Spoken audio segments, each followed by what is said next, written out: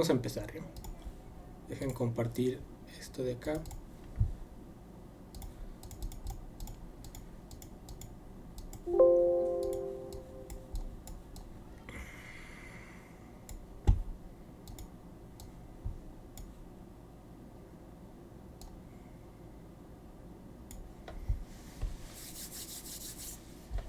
Ok. Hoy vamos a ver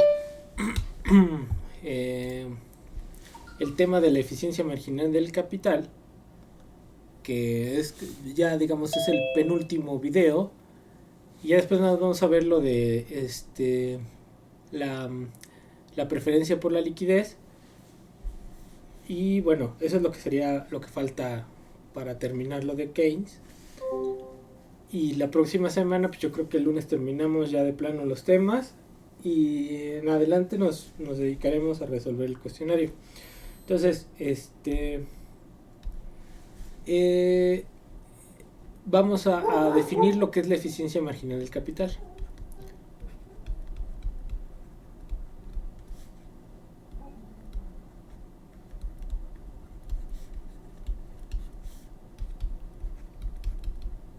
Bueno, en corto, la eficiencia. O sea, en corto, ¿a qué me refiero? De manera general, la eficiencia marginal del capital la podemos considerar como una tasa de rentabilidad.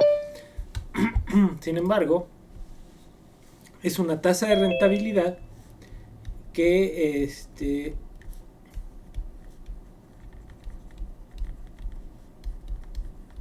una tasa de rentabilidad que considera los rendimientos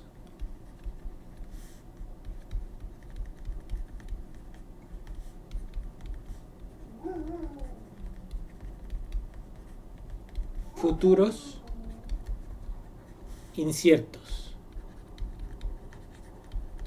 ¿Sí? De rendimientos futuros inciertos que dependen a su vez de las ventas que una empresa tenga en el futuro y que son inciertas, ¿no? Entonces, esa es la idea central de lo que es la eficiencia marginal del capital. Es la tasa de rentabilidad de un proyecto de inversión, ¿sí? Pero por la propia naturaleza económica, humana, es una tasa de rentabilidad que es incierta, ¿sí? Fundamentalmente porque existe una incertidumbre acerca de la venta, ¿no? Entonces, ninguna empresa tiene total certeza de que todo lo que va a producir va a vender. Entonces, esa es una incertidumbre fundamental en la economía y eso hace que los rendimientos futuros de cualquier proyecto de inversión sean vayan más allá de leyes probabilísticas, ¿sí? Estén regidos por la incertidumbre. Entonces, y aquí hay que hacer una diferencia entre lo que es la incertidumbre y el riesgo, ¿no? Entonces, la incertidumbre versus el riesgo, ¿no?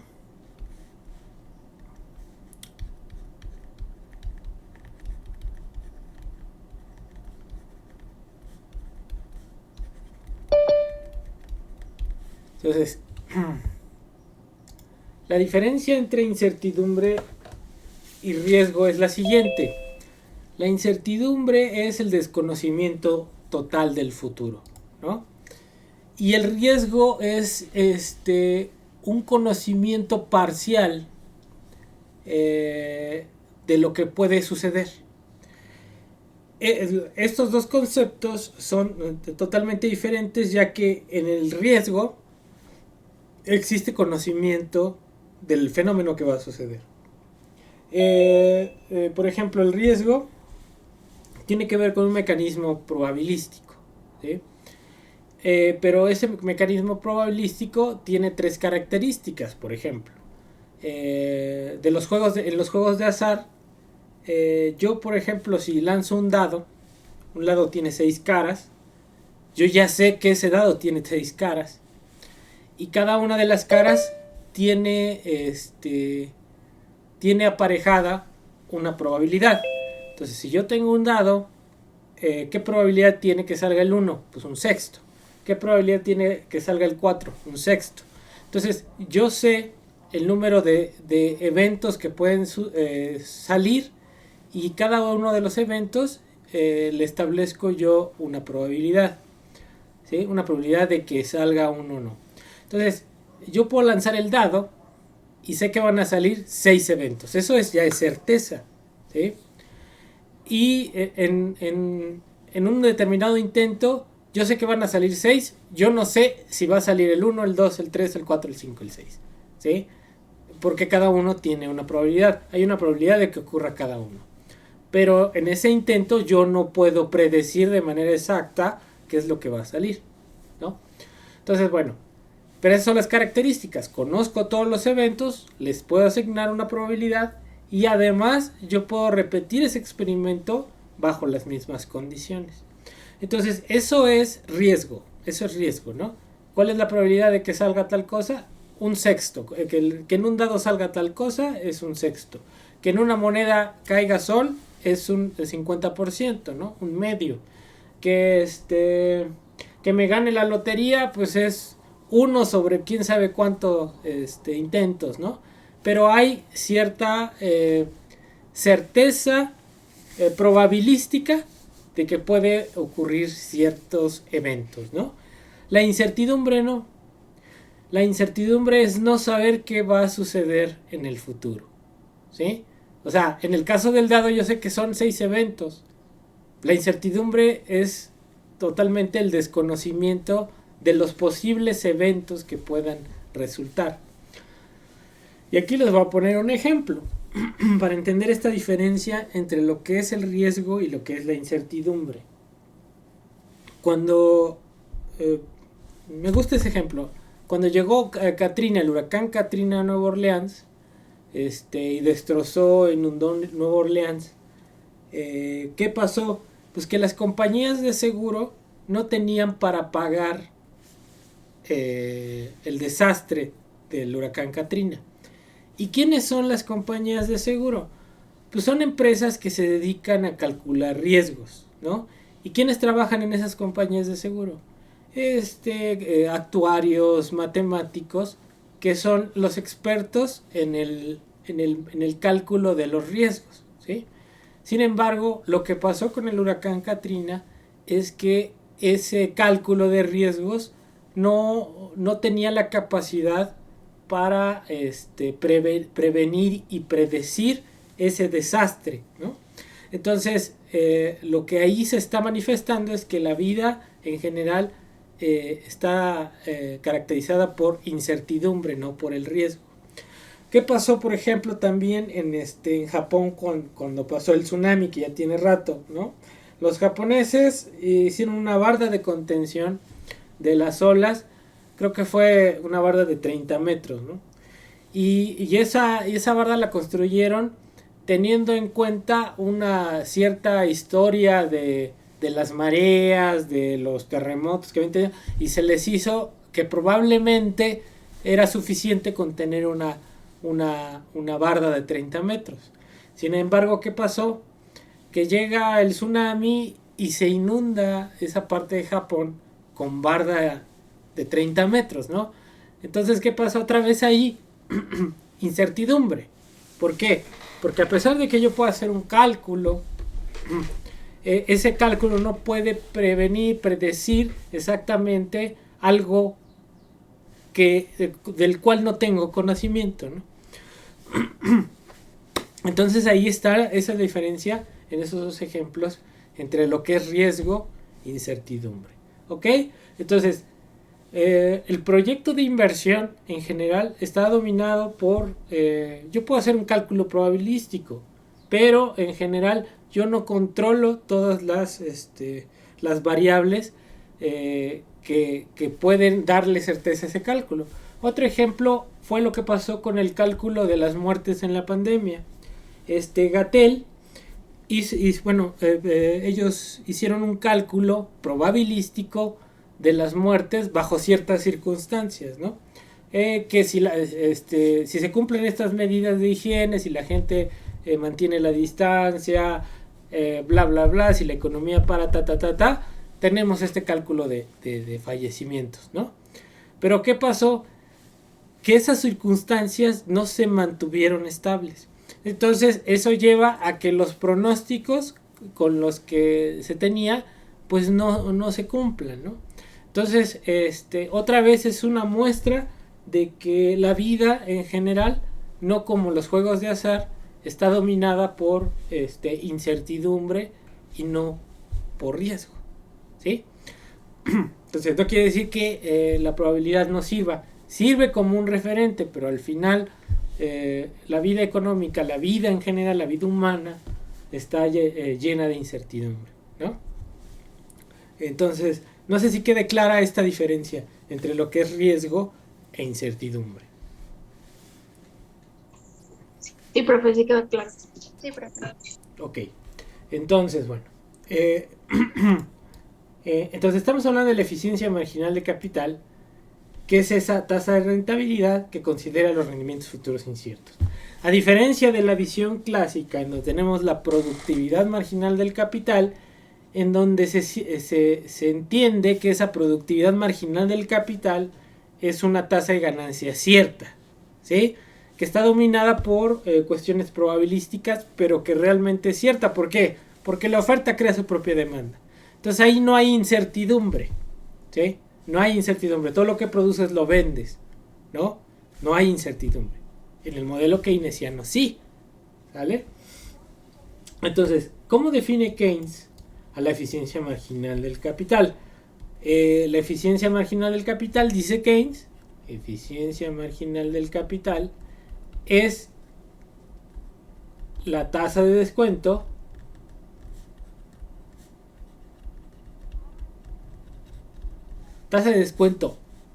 en nuestras palabras, rentabilidad, que iguala los rendimientos futuros inciertos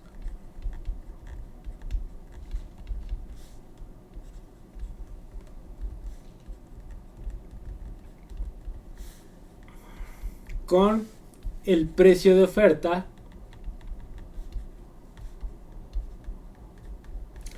de un bien de capital.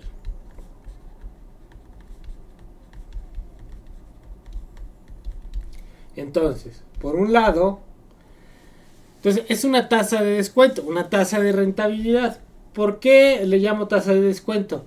Ahorita lo vamos a ver. Pero por ejemplo, imagínense que a mí me cuesta 100 pesos una máquina, ¿sí? Una máquina para producir chocolates, ¿sí? Entonces es lo que me cuesta la máquina. Pero que yo tengo una expectativa de ganar 30%, una eficiencia marginal, por ejemplo, eficiencia marginal del capital del 30%. Entonces, lo que yo espero ganar de esos 100 pesos serían 30 pesos.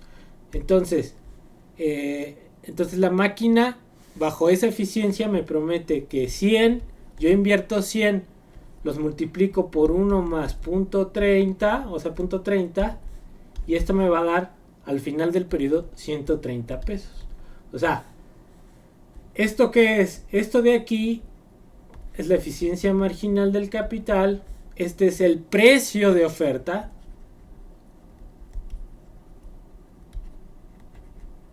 Y esto es que lo que al final voy a obtener de mi proyecto de inversión. Ya compré la máquina de los chocolates, con esa máquina de chocolates voy a producir chocolate, los voy a vender y espero que de esa venta pueda obtener el 30% de ganancia. Si los obtengo, entonces al final del periodo, en lugar de tener 100 pesos, voy a tener 130 pesos.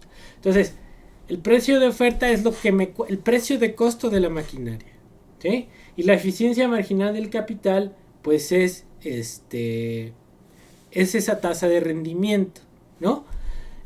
Al final, ¿por qué dice que es una tasa de descuento? Que iguala. Si yo paso todo esto de aquí para acá, esto está multiplicando, lo paso dividiendo, me queda 100 pesos hoy igual a 130 entre 1.3. Si ustedes hacen la división, pues les va a quedar igual a 100. Entonces, esto siendo la eficiencia marginal del capital,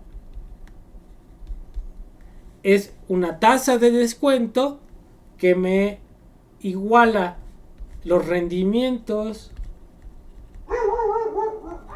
futuros con el precio de oferta.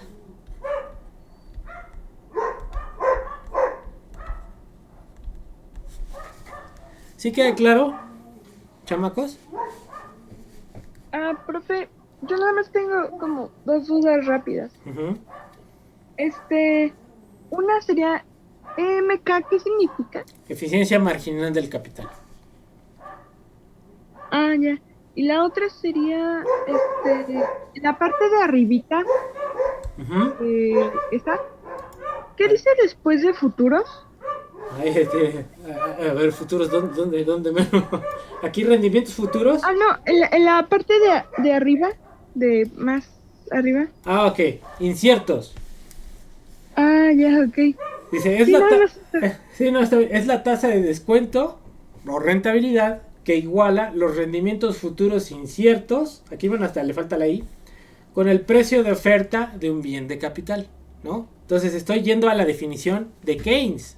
Ahorita podemos ver la definición ahí en Keynes, pero esa es la definición de Keynes. Entonces, aquí en el ejemplo lo que estoy viendo es ese concepto, ¿no? O sea, si una maquinaria que produce chocolate me cuesta 100 pesos y yo tengo una eficiencia marginal, ¿no? Una expectativa de que voy a ganar 30%, pues ya no voy en el periodo futuro voy a tener no 100 pesos, voy a tener 130 pesos, ¿no? Pero si lo veo al revés, lo que veo es que la eficiencia marginal del capital es una tasa de descuento que me iguala esos rendimientos futuros inciertos con el precio de oferta de mi bien de capital, ¿sí? Entonces ahí tengo esa definición de Keynes, ¿no? Al final la eficiencia marginal del capital la tenemos que ver como una tasa de rentabilidad, ¿sí?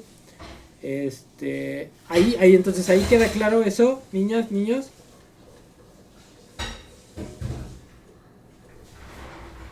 Sí. Sí, profe. Sí, profesor. Bien. Entonces, estamos hablando entonces, la eficiencia marginal del capital es la rentabilidad de cualquier empresario que se dedica a emprender algo, un negocio, cualquiera, ¿no? Entonces, él va a decidir entrarle al negocio siempre y cuando su rentabilidad sea lo suficientemente alta para compensar el costo. Entonces, en general, dice Keynes que la decisión de invertir va a depender fundamentalmente de si el precio de demanda es mayor o igual que el precio de oferta. ¿Qué es el precio de demanda? El precio de demanda de un bien de capital es cómo el mercado financiero evalúa ese proyecto de inversión. Entonces sería el precio de la acción, ¿no? Entonces, de las acciones. Nosotros vemos, por ejemplo, las acciones de Cemex, de Telmex, de IBM, de las que quieran. Entonces, el precio de la acción está determinando cómo es que los mercados financieros están evaluando esos proyectos de inversión, ¿sí? Entonces, en general, el precio de demanda del bien de capital, el precio de demanda, depende de cómo vea la comunidad inversora ese rendimiento probable, ¿sí? Futuro, rendimiento probable futuro, y lo descuenta con respecto a la tasa de interés. ¿Cuál tasa de interés? La que determina el Banco Central, ¿sí? Que es el costo mínimo, ¿sí?, del dinero, pero es el referente. Si la tasa de interés del que determina el Banco Central sube, en general suben todas las tasas de interés, ¿sí? Entonces, y como la tasa de interés representa el costo del financiamiento o el costo de la adquisición de liquidez, ya sea por un crédito, lo que ustedes quieran. Entonces es un costo para poder, digamos, tener liquidez para operar en el proyecto de inversión, para financiar el proyecto de inversión. Entonces, el precio del bien, el precio de demanda es lo que los mercados financieros están evaluando ese proyecto. A ver, si les puedo poner un ejemplo. Si yo tuviera dos acciones,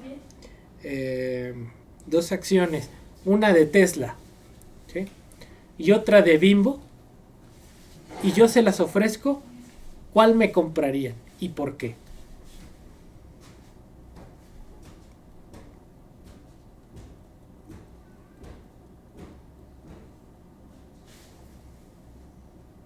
No se vayan, no le saquen.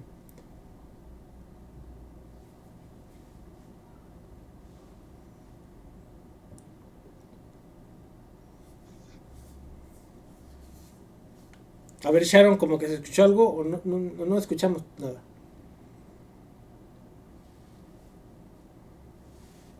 Quizás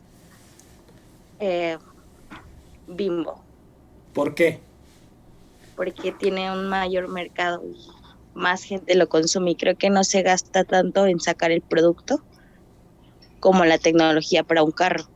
Entonces creo que es más viable, no es como que la gente vaya a dejar de comer pan, pero sí pueden prescindir de un lujo como un carro. Ok, buen argumento, buen argumento. A ver, ¿alguien más?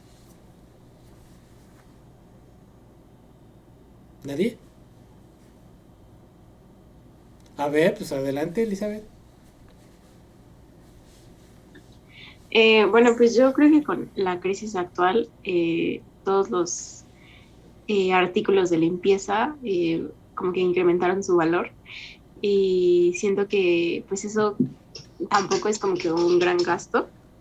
Y pues digo, o sea, siempre vamos, o bueno, yo me iría como artículos de primera necesidad y ahorita yo creo que sería limpieza, porque pues siempre se van a necesitar y luego, no sé, pueden venir más pandemias o algo así, pero sí, yo creo que con eso. Y bueno, si hablamos de una marca, pues, no sé.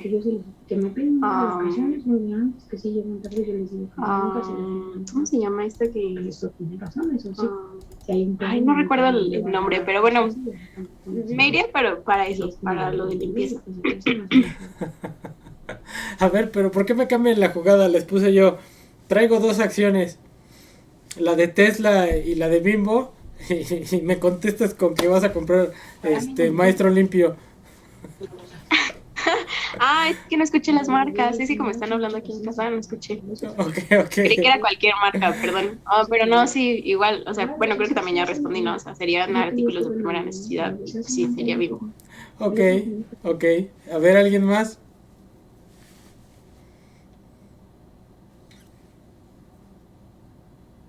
¿Nadie? Ok. Bueno, yo siento que también algo por lo cual yo escogería Bimbo por encima de Tesla. Uh-huh. O sea, si bien Tesla se ve que a futuro se ve que puede ser que tenga un gran mercado, ahorita Bimbo, pues lo anuncian como que es así la marca mexicana, me parece que se distribuye en más países alrededor del mundo. Uh-huh. Entonces siento que eso pues sería algo por lo que la escogería por encima de Tesla. Ok.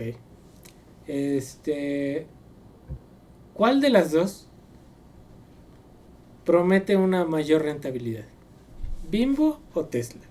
Más allá de que si tengo mercado o no.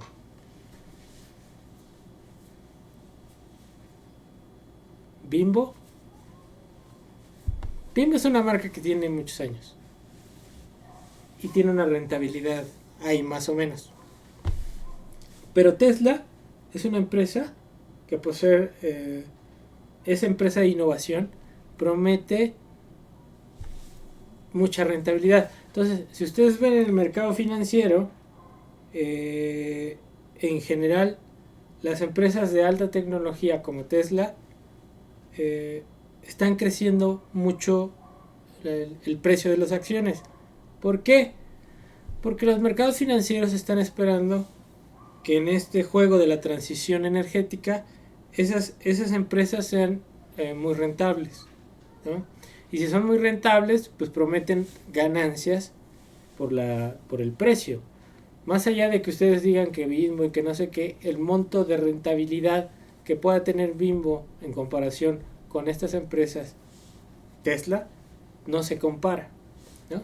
Entonces, bueno, ahí es un argumento. Pero está bien, el argumento que ustedes están haciendo, sí, está bien. Lo que ustedes tienen que considerar es con quién van a ganar más, ¿sí? No dónde su dinero puede estar más seguro, sino dónde van a ganar más, ¿sí? Entonces, habría que ver esas trayectorias y observar con quién se gana más. Adelante, Elizabeth. Pero no también con Tesla habría como que más incertidumbre. Sí, puede haber más incertidumbre, pero hay mayor ganancia. Ahora, si se va, ya la transición energética del carro eléctrico ya es una realidad. Entonces, eso lo hace un poco más cierto, ¿no? Entonces ya la producción de autos eléctricos no quiere decir que sea algo que pueda o no pueda pasar, va a pasar. Entonces los que dominen ese mercado en términos de innovación van a ser los que van a tener la ventaja y los que van a obtener las mayores ganancias, ¿sí? Entonces no es como pensar en el auto volador, que también ya están desarrollando los coches voladores, ¿no? Para ver si no hay mercado o no. El auto eléctrico ya tiene un mercado potencial, ¿no? Lo único que hace falta es incluso que se abarate el costo del auto eléctrico. Ahorita un auto eléctrico está, no sé, en 500,000 pesos. Un híbrido, un eléctrico, pues estará pues casi pegándole al millón, ¿sí? Adelante. Sí, bueno, sí, considerando lo que usted dice, pues siento que sí tiene ahí el punto a favor de Tesla, pero no solo, o sea, por ejemplo, no creo que, por ejemplo, en México, así, en un futuro próximo, se empiece a comercializar tanto Tesla y pues el resto así pues en Sudamérica y en países que no están así tan desarrollados. Entonces, siento que sería algo muy a futuro, ¿no? O sea, esa inversión. Pero ¿por qué, Zion? ¿Por qué? A ver, la cosa es, si tú vendes no sé cuánto cuesta ahorita un maldito Tesla en México, ¿cómo se llama? Hay un modelo ya aquí que se vende, pero, por ejemplo, ha de estar arriba de los 500,000 pesos, ¿no? Ujú. El mercado para un auto de 500,000 pesos está señalado para la gente de clase media alta, ¿no? Para eso está señalado ese producto. Pero en el caso de los chinos, ¿sí? Los chinos el objetivo de los chinos es producir un auto eléctrico por debajo de 100,000 pesos, ¿sí? Entonces, si tú produces un auto eléctrico de 100,000 pesos, claro que lo vendes en el mercado mexicano, ¿sí? Entonces, no es un problema de que ahorita es un problema del costo del auto eléctrico, ¿no? Entonces, en la medida que vayas metiendo autos eléctricos más baratos, se potencia ese mercado, ¿no? Ahora, los autos eléctricos ahorita, pues los van a adquirir los que tengan poder de compra, ¿no? Pero en el caso que llegue una compañía china con un auto eléctrico de 100,000 pesos, ¿sí? Pues también se detona ese mercado. Entonces, ahorita un auto barato, ¿cuánto sale? A ver, Elizabeth, vas. Pues yo investigué que, por ejemplo, en Tesla, el modelo que está aquí en México es el Model 3. El Bit, ¿no? El Y, Bit. pues hay varios. Está estándar Plus, estándar no sé qué, pero el modelo que está aquí en México es el Model.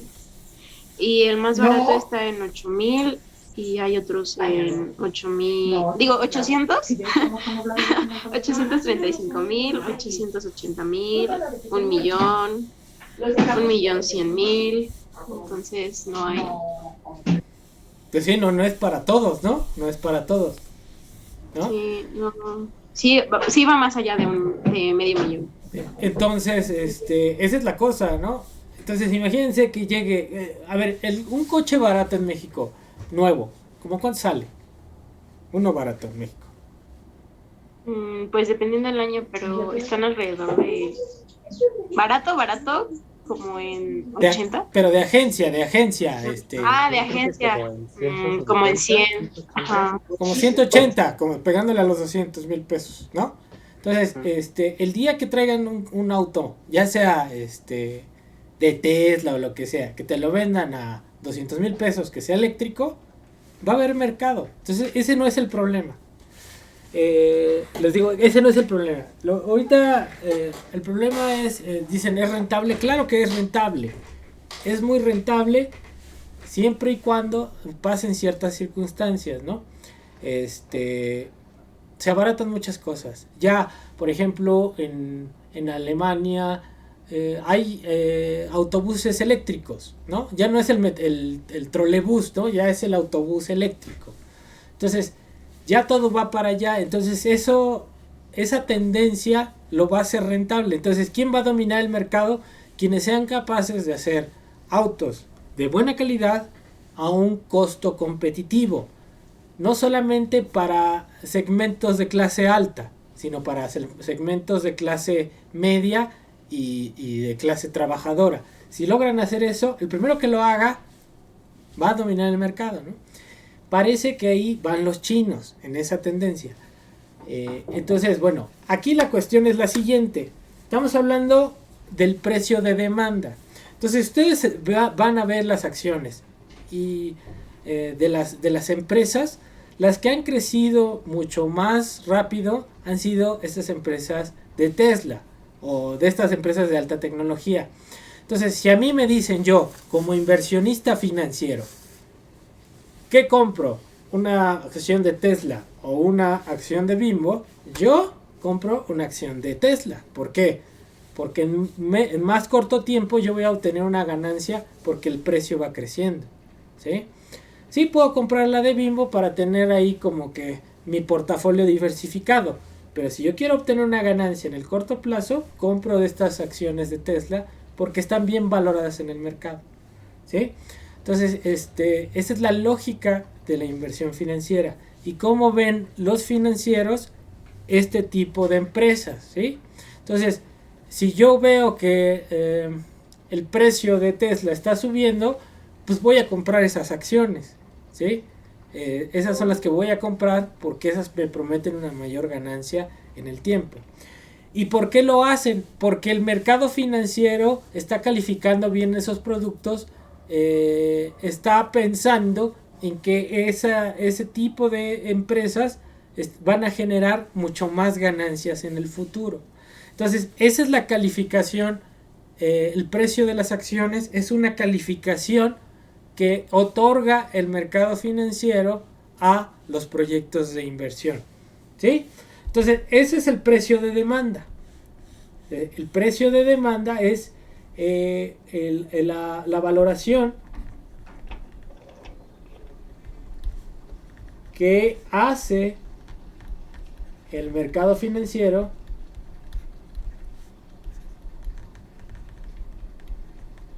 del proyecto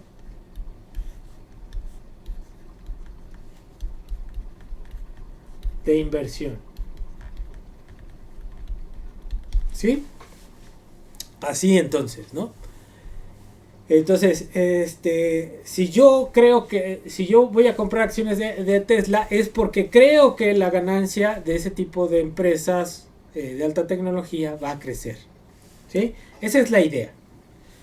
Entonces, el precio de oferta, por otro lado, ya lo dijimos, el precio de oferta es esas ganancias futuras inciertas divididas entre 1 más la eficiencia marginal del capital. Bueno, y aquí voy en general.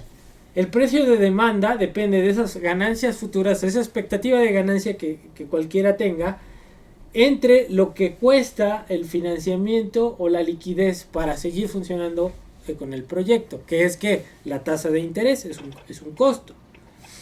Y por otro lado, entonces ahí tengo. Entonces, si el Banco Central sube la tasa, en general está encareciendo el costo del financiamiento, ¿sí? Si encarece el costo de financiamiento, pues eso le pega de manera negativa al precio de demanda. Entonces, ¿qué es lo que pasa? Si yo subo la tasa de interés, en general, eso le pega al precio de las acciones negativamente, ¿sí?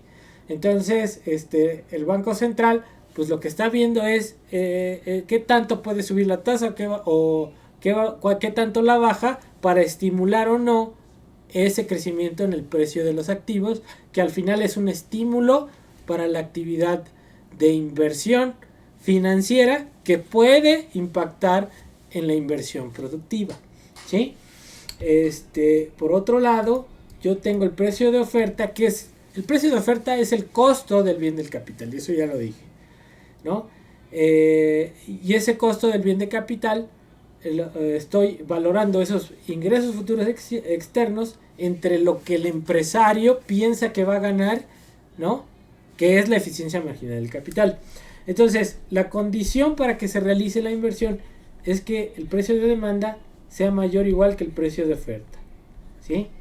Y entonces, lo que voy a hacer aquí nada más es poner lo que tengo acá arriba, que es la rentabilidad entre 1 más I mayor que la rentabilidad entre 1 más la eficiencia marginal del capital. Entonces, voy a ver cuál es la condición para que se realice la inversión. Esta está multiplicando. ¿Cómo pasa del otro lado? Dividiendo. Entonces voy a tener pi entre 1 más i dividido entre pi mayor o igual que 1 entre 1 más la eficiencia marginal del capital. Entonces aquí, pues esta se va con Pancho, ¿no? ¿Y qué me queda? Me queda 1 sobre 1 más i mayor o igual que 1 entre 1 más la eficiencia marginal del capital, ¿sí? Y ahora fíjense, si este está dividiendo, ¿cómo pasa del otro lado?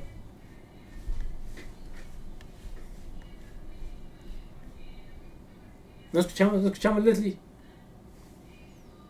Multiplicando, ¿no? Multiplicando, este pasa multiplicando para acá y este está dividiendo, pasa multiplicando para acá. Entonces, ¿cómo me queda? Me queda 1 más la eficiencia marginal del capital mayor que 1 más i, ¿sí? Y luego abro los paréntesis, 1 más la eficiencia marginal del capital mayor que 1 más i. Este 1 está sumando, ¿cómo pasa del otro lado? Restando. Entonces tengo 1 menos 1. ¿Qué me va a quedar? Entonces la eficiencia marginal del capital mayor o igual que i. Entonces, ¿cuándo decido invertir? Cuando la eficiencia marginal del capital sea mayor que la tasa de interés, y voy a dejar de invertir cuando la eficiencia marginal del capital sea igual a la tasa de interés. ¿Sí? Entonces, si pasa esto, voy a aumentar la inversión. ¿Por qué?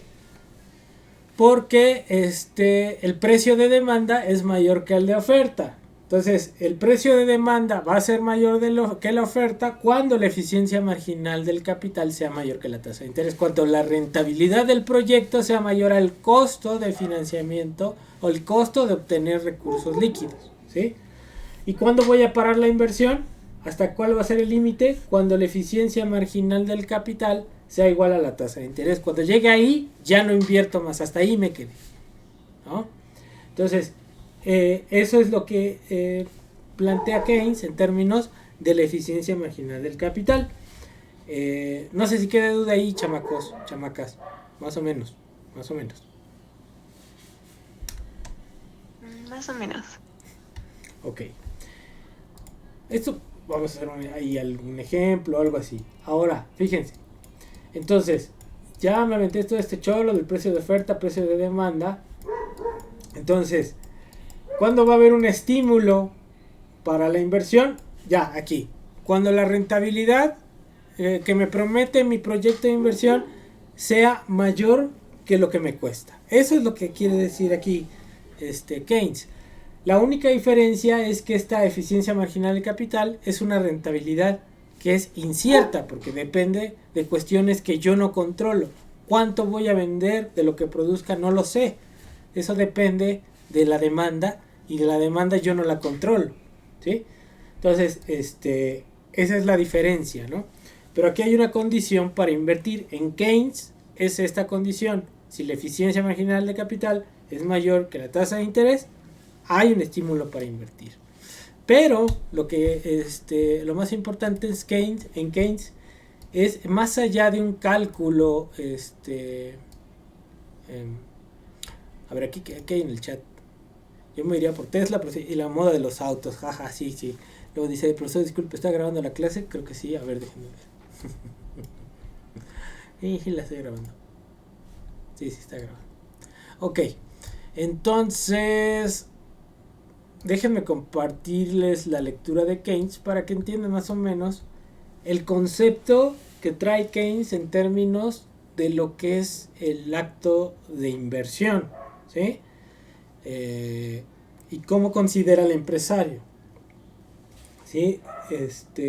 En términos de cuándo se decide invertir. Keynes va a caracterizar al empresario como un tipo especial de personas que disfrutan o tienen placer por arriesgar, ¿sí? Por crear cosas, ¿no? Crear, me refiero al hacer una empresa, y hacer una empresa de innovación, por ejemplo, ¿no? Entonces ese tipo de personas tienen características especiales, ¿no? Pueden ser amantes del riesgo, ¿no?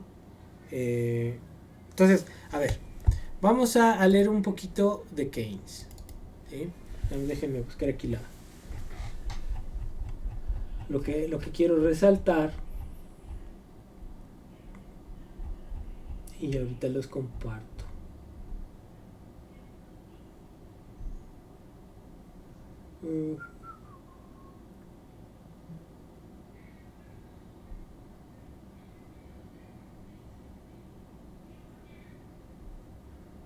Ok, a ver, voy.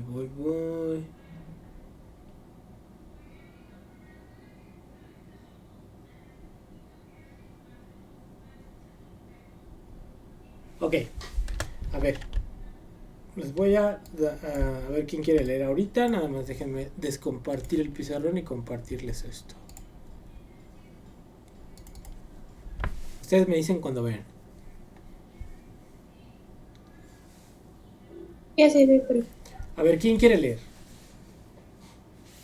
A ver, Yareli. Empieza aquí. Estas consideraciones. Estas consideraciones no deberían quedar fuera de la esfera del economista, pero deben ser relegadas a su justa perspectiva. Si me permite aplicar el término especulación a la actividad de prever la psicología del mercado y la palabra empresa o espíritu de empresa a la tarea de prever los rendimientos probables de los bienes por todo el tiempo que duran. De ninguna manera es cierto que siempre predomina la especulación sobre la empresa. A ver, no obstante, ahí, espérame tantito. Entonces ahí fíjense lo que está diciendo Keynes. Está diferenciando entre lo que es la actividad del inversionista financiero y la actividad del inversionista productivo, ¿sí? El inversionista financiero lo que hace es especular sobre la psicología del mercado. Si yo voy a comprar acciones, ¿sí?, al mercado financiero, ¿qué es lo que voy a hacer? Voy a tratar de copiar los portafolios de la gente que yo creo que sabe, ¿sí? Porque yo no sé, entonces, ¿qué portafolio voy a comprar? ¿Qué acciones voy a comprar? Pues la que compre ciertas personas que se ven que son las más informadas. Entonces, yo estoy siguiendo la psicología del mercado, ¿no? O estoy viendo las acciones que crecen más, ¿no? Entonces, o sigo a alguien o compro las que crecen más, porque las que crecen más, en teoría, serían aquellas empresas que prometen más rendimiento, ¿no? Y por otro lado, hacer una empresa o espíritu de empresa es la tarea de prever, ¿sí?, los rendimientos probables, ¿sí?, de un proyecto productivo. Entonces son cosas distintas. Una cosa tiene que ver con la psicología de los mercados financieros y la otra tiene que ver con el acto mismo de estar calculando o intentar calcular o hacer una proyección de la rentabilidad de un proyecto específico productivo, ¿sí? Entonces, a ver, luego, a ver, bla, bla, bla, bla, bla, bla, bla. Vamos a ver otra cosa aquí. Pero ahí empieza él a definir. Luego dice, la única radical crisis. A ver aquí, dice aquí, ok.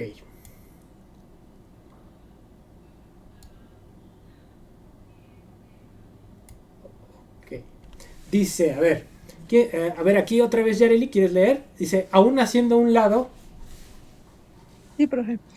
Aún haciendo a un lado la inestabilidad debida a la especulación, hay otra inestabilidad que resulta de las características de la naturaleza humana, que gran parte de nuestras actividades positivas dependen más del optimismo espontáneo que de una expectativa matemática, ya sea moral, hedonista o A económica. ver, ahí espérame tantito. Fíjense ahí lo que está diciendo Keynes. Dice, más allá de la especulación financiera, dice, hay otra inestabilidad que tiene que ver con la propia naturaleza humana, dice. Gran parte de nuestras actividades en general dependen más del optimismo espontáneo que de una expectativa matemática, ya sea moral, hedonista o económica. ¿Qué es lo que está diciendo ahí?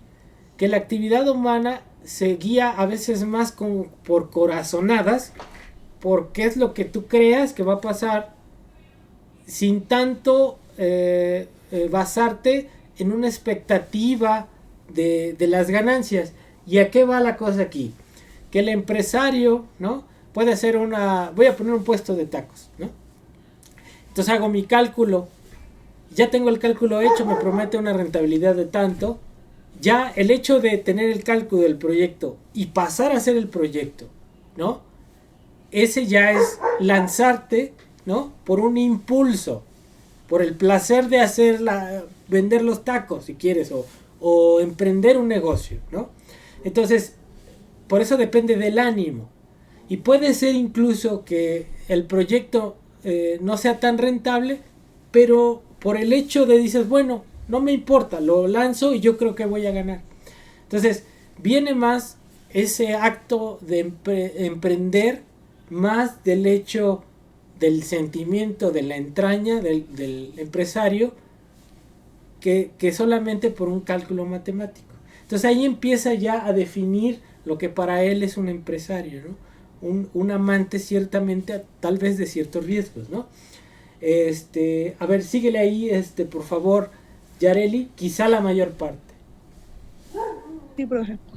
Quizá la mayor parte de nuestras decisiones de hacer algo positivo, cuyas consecuencias completas se irán presentando en muchos días por venir, solo pueden considerarse como resultado de la fogosidad, de un resorte espontáneo que impulsa a la acción de preferencia a la quietud, y no como consecuencia de un promedio ponderado de los beneficios cuantitativos multiplicados por las probabilidades cuantitativas. Ahí espérame también.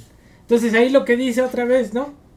Dice, las decisiones, dice, dependen, a veces son como consideradas de la fogosidad, de la pasión, la calentura del momento, pues, lo hago ahorita, ¿no?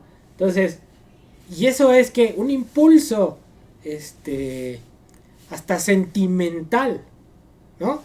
Que no tiene, dice, y que no tiene que ver, eso me lleva a hacer las cosas de manera espontánea, ¿no? En lugar de quedarme quieto, ¿no? Y no como consecuencia de un cálculo frío, es lo que está diciendo Keynes, ¿no?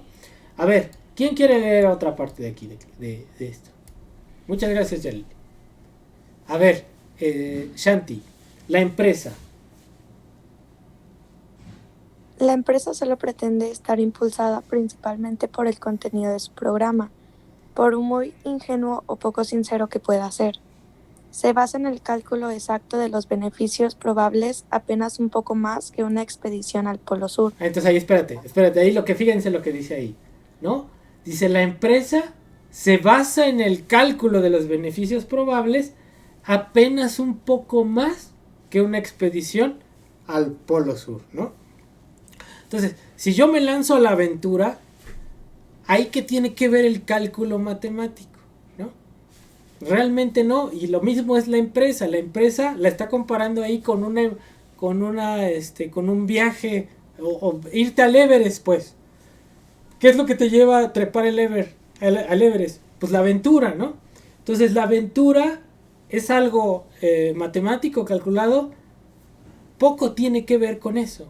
Es más, por ejemplo, el hecho de experimentar las cosas, ¿no? Si te vas a lanzar en paracaídas, claro que tienes que asegurarte de que el paracaídas funciona, ¿no? Pero ya el hecho de aventarte en el paracaídas, ¿no? Es ser amante del riesgo, porque sabes que a lo mejor se abre el paracaídas o no, ¿sí? Entonces tienes el riesgo de la muerte, ¿sí? Pero aún así te avientas por experimentar eso, ¿sí? Entonces, ese es el tipo de empresario que está definiendo Keynes, ¿no? Alguien que lo hace por el placer de hacerlo más allá de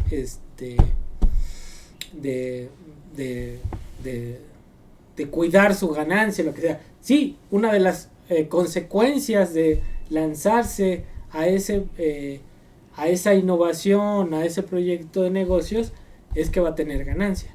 Pero el hecho de hacerlo caracteriza solamente a ciertas personas que están dispuestas a arriesgar. Entonces, a ver, seguimos ahí, Shanti, por favor. De ese modo, si la fogosidad se enfría y el optimismo espontáneo vacila, dejando como única base de sustentación la previsión matemática, la empresa se marchita y muere, aunque el temor de perder puede tener bases poco razonables como las tuvieron antes las esperanzas de ganar. Síguele. Se puede afirmar sin miedo que la empresa que depende de las esperanzas que miran al futuro beneficia a la comunidad en su conjunto, pero la iniciativa individual solamente será adecuada cuando el cálculo razonable esté apuntalado y soportado por la energía animal, de tal manera que la idea de pérdidas finales, que a menudo detiene a los precursores, como la experiencia les demuestra a ellos y a los demás, se rechaza del mismo modo. Voy. Ahí está. Se rechaza del mismo modo que el hombre lleno de salud hace caso omiso de sus probabilidades de muerte. Entonces aquí, este es un párrafo que se refiere a lo que Keynes y lo que muchos han llamado los espíritus animales, el animal spirit, ¿no?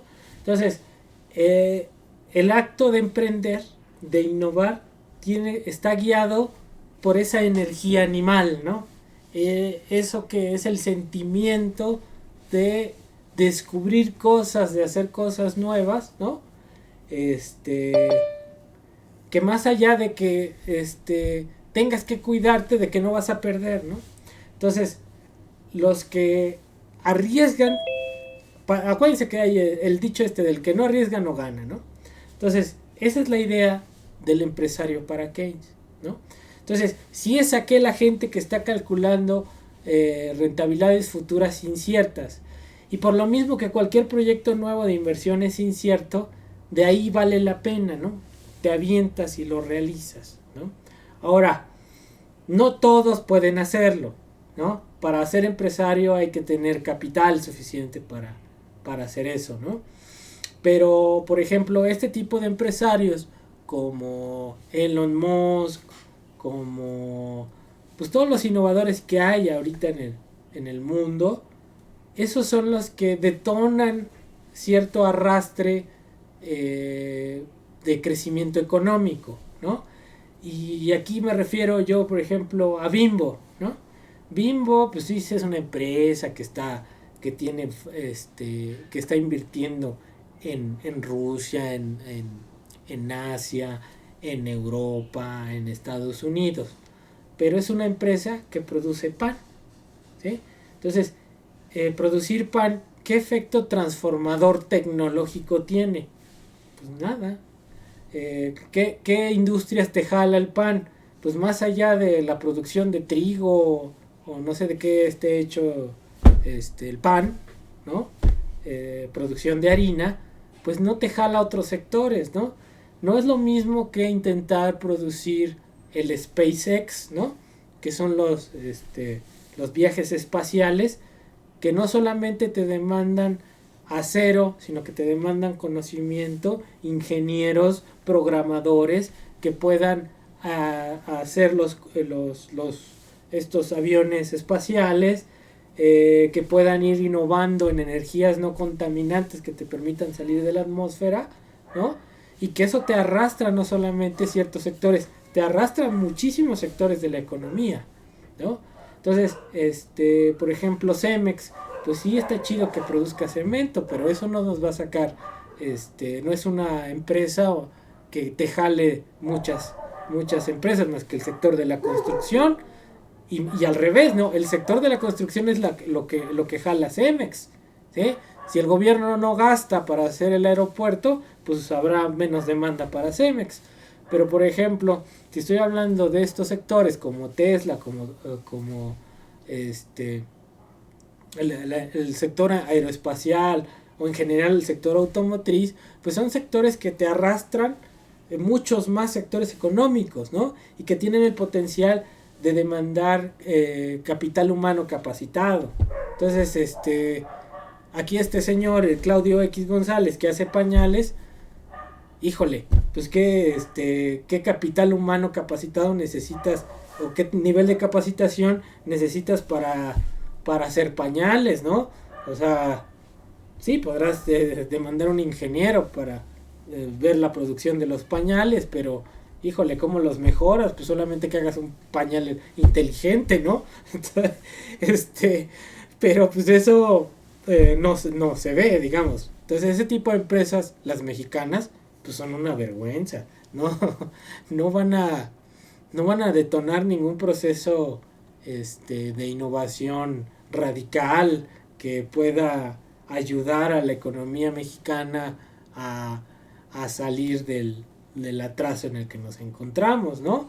No tenemos empresas que produzcan robots, por ejemplo, no tenemos empresas que produzcan medicinas, medicamentos, ¿no? Entonces, ese es el problema de la economía mexicana, que no tenemos ese tipo de empresario arriesgado, amante del riesgo, innovador, ¿no? Los que tenemos dan pena, ¿no? Por ejemplo, y ya les he hecho varias veces el comentario, Salinas Pliego, ¿de qué vende? ¿Qué vende? Pues vive de sus Electras. ¿Qué venden los Electras? Pues es un revendedor, ¿no? Revendedor de marcas que él no produce nada, revende y obtiene ganancias de esa reventa, obtiene ganancias de una concesión porque tiene un banco, pero no está produciendo nada, ¿no? Se está enriqueciendo con eso, pero eso no es un empresario. Son rentistas que viven de una concesión pública, son comerciantes, ¿no? En eso quedan, pero no son emprendedores, no son productores. Slim o en general lo que les he dicho, el Internet en México. El Internet en México es de los más malos del mundo, el más lentos y más caros, ¿no? A pesar de que tengamos supuestamente al hombre más rico del mundo que tiene, que es Slim, bueno, uno de los más ricos del mundo que es Slim, y que tiene su empresa de telecomunicaciones. Y tenemos los otros competidores, pero no sirve tampoco la competencia aquí, no ha mejorado la conectividad, ni ha abaratado los costos, ¿no? Si ustedes pueden ver, métanse a internet y vean cuáles son las economías, cuál es la velocidad de internet en las distintas economías, y nosotros vamos a estar en un lugar muy, muy, muy abajo. Entonces, ese tipo de empresarios tenemos, no están mejorando las cosas, ¿no? Entonces, el problema en México no es problema del gobierno, es un problema de los empresarios. No tenemos empresarios, ¿sí? Nuestros empresarios dan pena ajena. Tenemos mineros que viven de la concesión de estar sacando minerales, pero no producen nada, ¿no? Entonces, ese es el problema. Todo tiene que ver con con este tema que estamos revisando acerca de la eficiencia marginal del capital, de cómo hasta dónde lleva la inversión, ¿no? Entonces, lo rentable tiene que ser, siempre va a ser lo más innovador, ¿no? No es lo mismo vender pan Bimbo que vender celulares, ¿no? Entonces, obviamente, la rentabilidad la voy a encontrar en aquellos sectores de alta tecnología. No quiere decir que Bimbo no sea rentable, lo es. Pero en términos de la rentabilidad que obtengo de vender un celular, con un celular te compras cuántos panes Bimbo. Es el problema del México, del país bananero. Cambias toneladas de jitomate por 3 computadoras, ¿no? O un tanto de celulares. Entonces es el problema, cambiamos nosotros insumos no procesados por bienes manufacturados. Y los bienes manufacturados que hacemos en México no son hechos totalmente por empresas mexicanas, ¿no? O sea, ¿qué es lo que tienen? Nosotros exportamos automóviles, pero esos automóviles son hechos por empresas extranjeras. Y ni el motor producimos aquí, solamente ensamblamos partes que se producen en el mundo. Entonces ese es el problema. El problema de la economía mexicana es que no hemos tenido capacidad de desarrollar sectores de alta tecnología y producir aquí todo, una cosa completa, ¿no? No lo hemos hecho, menos en este periodo de 80 para acá. Antes lo empezábamos a hacer. Ahí está Dina, había motocicletas que se hacían en México, había creo que un vehículo mexicano, pero ya no lo hay, ¿no?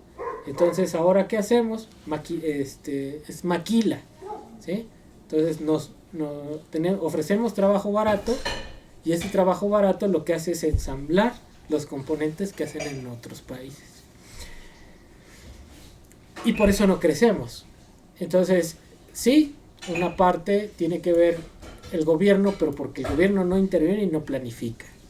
Y la otra parte es realmente los pobres empresarios que tenemos en el país, que sirven para enriquecerse ellos, pero no tienen la capacidad de potenciar la innovación ni el arrastre con las industrias, ¿no?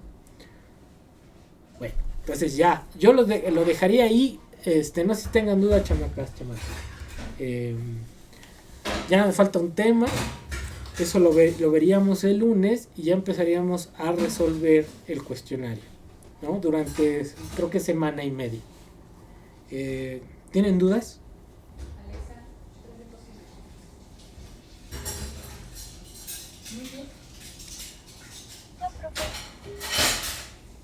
Bueno. No, profe. ¿Seguro? Bueno. No, profe, todo bien. Órale, pues entonces, pues sí, ya no los martirizo nada con esta cosa de las clases. Ya saben que posiblemente ya vamos a regresar, ¿verdad? Ya les había dicho, ¿verdad? Creo que sí, pero creo que sea este mes. No. No, posiblemente ya regresamos el próximo semestre. El próximo semestre. Ok. ¿Sí? Entonces, pues eso sería el próximo semestre, ya ¿cuándo iniciamos? Creo que en febrero, enero, no me acuerdo. Pero bueno, Profe, mándeme. pero sería como en enero o en febrero. Sí. Y ahí como que mixto, a ver cómo demonios se ocurre, ¿no? Pero esa sería la lógica. Bueno, esa es la... Ya, yo creo que ya regresamos al próximo semestre. Entonces, vacúnense. ¿Cuándo terminan de vacunarse? ¿Ya se vacunaron? ¿Ya llevan alguna dosis? Yo ya, profe, las 2 dosis. Bien, bien. Yo también. Bueno, entonces, ¿cuáles pusieron? Bueno, a mí Moderna. A mí Pfizer. Ok, pues qué Moderna y qué Pfizer, qué bueno. A nosotros nos pusieron la CanSino, yo hubiera querido la Sputnik, pero bueno, pues ya, porque quería mi chip comunista, ya no tuve chance. Entonces, pues ya nos vemos, chamacos, nos vemos el lunes. Esto lo subo, nada me falta un tema y vayan contestando su cuestionario, ¿va? Sí, profe. Sí, profe, muchas gracias. Gracias, Nos vemos. profe. Órale pues, ahí se ven. Nos vemos, profe. Muchas gracias, profesor. Muchas gracias. Chao.